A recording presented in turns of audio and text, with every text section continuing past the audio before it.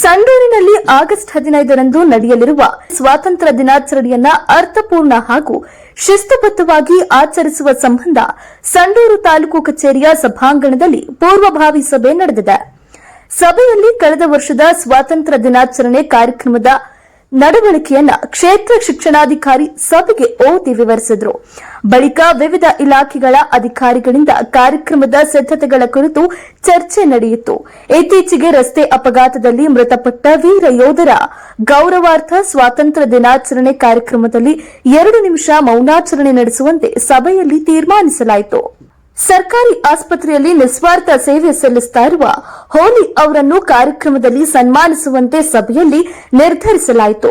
ಸ್ವಾತಂತ್ರ್ಯ ದಿನಾಚರಣೆ ಸಂದರ್ಭದಲ್ಲಿ ಪಟ್ಟಣದಲ್ಲಿ ಪ್ಲಾಸ್ಟಿಕ್ನಿಂದ ತಯಾರಿಸಿದ ರಾಷ್ಟ್ರ ಧ್ವಜಗಳ ಮಾರಾಟಕ್ಕೆ ಅವಕಾಶ ನೀಡಬಾರದು ಎಂದು ತಹಶೀಲ್ದಾರ್ ಪುರಸಭೆ ಅಧಿಕಾರಿಗಳಿಗೆ ಕಟ್ಟುನಿಟ್ಟಿನ ಸೂಚನೆ ನೀಡಿದ್ದಾರೆ. ಪರಿಸರ ಸ್ನೇಹಿ ಹಾಗೂ ನಿಯಮ ಅನುಸಾರ ರಾಷ್ಟ್ರ ಧ್ವಜಗಳ ಬಳಕೆಗೆ ಸಾರ್ವಜನಿಕರು ಸಹಕರಿಸುವಂತೆ ಮನವಿ ಮಾಡಲಾಯಿತು. ಸಭೆಯಲ್ಲಿ ವಿವಿಧ ಇಲಾಖೆಗಳ ಅಧಿಕಾರಿಗಳು, ಪುರಸಭೆ ಪ್ರತಿನಿಧಿಗಳು ಹಾಗೂ ಸಂಬಂಧಿತ ಸಿಬ್ಬಂದಿ ಉಪಸ್ಥಿತರಿದ್ದರು. ವಿದ್ಯಾರ್ಥಿನಿಯರನ್ನ ಕರೆಸಿ ಅವರಿಗೆ ಏನಾದರೂ ಒಂದು ಸನ್ಮಾನದ ವ್ಯವಸ್ಥೆಯನ್ನು ಮಾಡಬೇಕಂತೇಳಿ ನನ್ನ ಮನವಿ. ಎಲ್ಲರಿಗೂ ಒಂದು ಈಕ್ವಲ್ ಕೊಡ್ರಿ.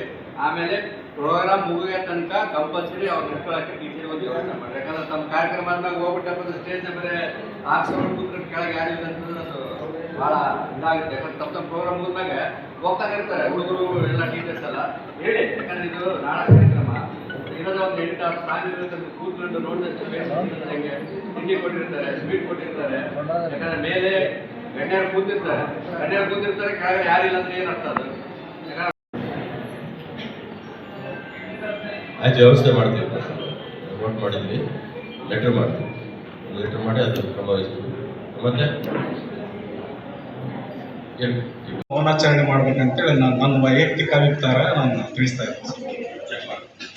ಸರ್ಕಾರದ ಇದರಲ್ಲಿ ಆ ಥರ ಏನಾದರೂ ಇದ್ದರೆ ಅವರಂದರೆ ಇನ್ನೂ ನಿವೃತ್ತಿ ಆಗಿರಲಿಲ್ಲ ಸರ್. ಅದಕ್ಕೋಸ್ಕರ ಅದು ನಮ್ಮದು ಒಂದು ಸಂಘ ಸಂಸ್ಥೆಯಿಂದ ನಮ್ಮದು ಒಂದು ಅಭಿಪ್ರಾಯ ಇದೆ, ಅದನ್ನು ವ್ಯಕ್ತಪಡಿಸ್ತೀವಿ.